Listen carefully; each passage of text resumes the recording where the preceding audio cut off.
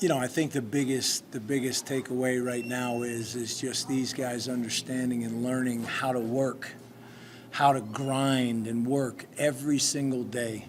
Two words: work and consistency.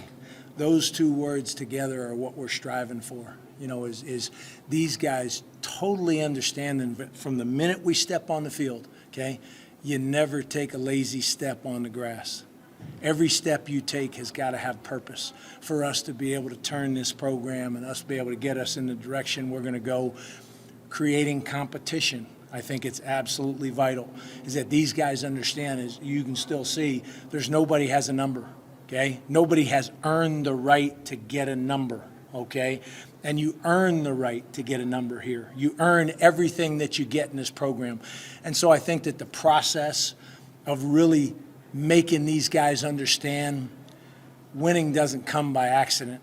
It's your investment as a team that's going to allow us to win. And how we compete in practice is going to determine whether or not we win games. As of right now, I know Coach Prime, he's not thrilled to death at all with how we're competing on a down-to-down snap, and the competition is the key to it all. Coach, I know Coach Prime didn't like the fact there was a break, and you guys are a little bit worried about how the kids are going to respond to that. How do you feel like they responded to the work they put in during the break? I thought that our guys did some things when they were away. We had a running test when we got back on Monday morning. Thought it was decent. I thought they did do some work. I thought today was a little bit better. The practice today, the effort today, the intensity today, the overall commitment to excellence, I thought was better today. But we got a long way to go. I know it's early and you weren't here last year, but can you already start to see some footprint or some prints of Coach Prime on this program? There's no question. A question about Coach Prime and his hands and footprint on this program, and it's obvious, and this is the thing.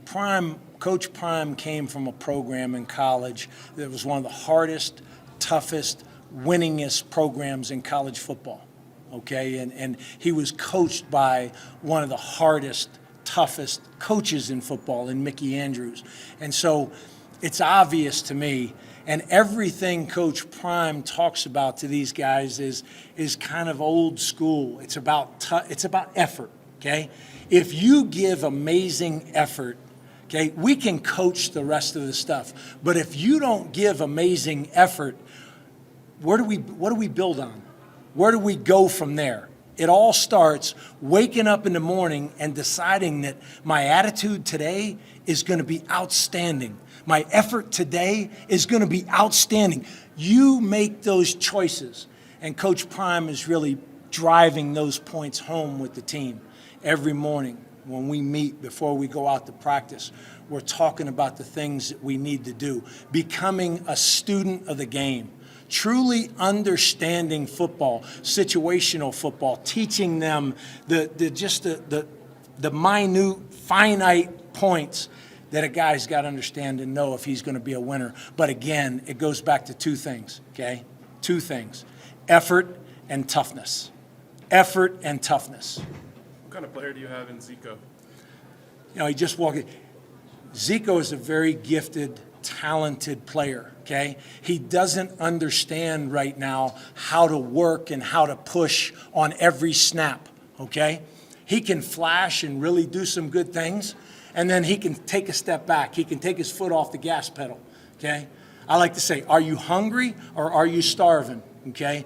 And we need more out of him. He's standing back there in the back. I need him to be a better performer, given more effort every single day for him to do what he wants to do and for us to do what we got. He's got ability, okay? There's no ifs, ands, or buts about that, okay?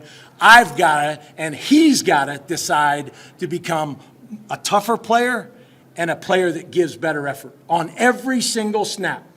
Never taking a down off. That's what we got to have.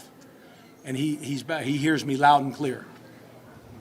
Given that Sean Lewis is a former tight end himself, I'm curious about, did that allow you guys to bond early on? And how did those conversations go about just how the tight end's going to be used? In Initially, I was like, Sean, you going to suit up? I mean, he's 6'7", he's in good shape. I mean, heck, I can get some work out of Sean Lewis, I'll bet you. But no, Sean is just an outstanding young football coach. He's been a head coach. He's an outstanding coordinator. We're fortunate, very fortunate to have him here at the University of Colorado. A bunch of other people were interested in him.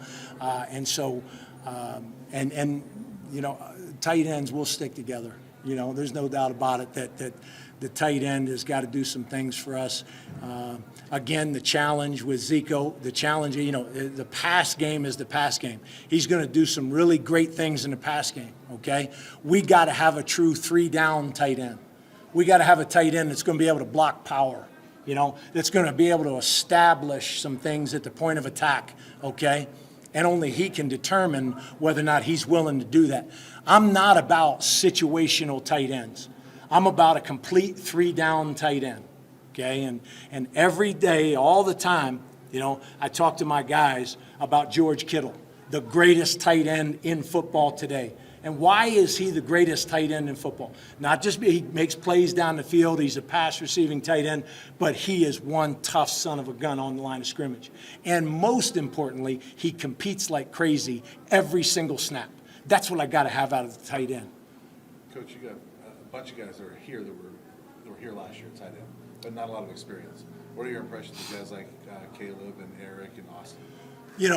Unfortunately, Caleb is not working, okay? He's got a Liz Frank injury. He's coming off that. I'm really excited to see what Caleb has to offer when he's able to be healthy. Going into fall camp, he should be 100% ready to go. He's 6'5", he's 245 pounds. I mean, he ought to be a guy that can help this football team. The other guys are Austin, they're young guys, they're learning, they're being Brewsterized, and I just, it's a process, and like I said, I'm glad we're not playing TCU Sunday, okay? I'm glad we got the rest of the spring and the summer, and come September 2nd, we'll be ready. Anything else for Coach? All right, thank you, Coach. Thank you, guys. Coach.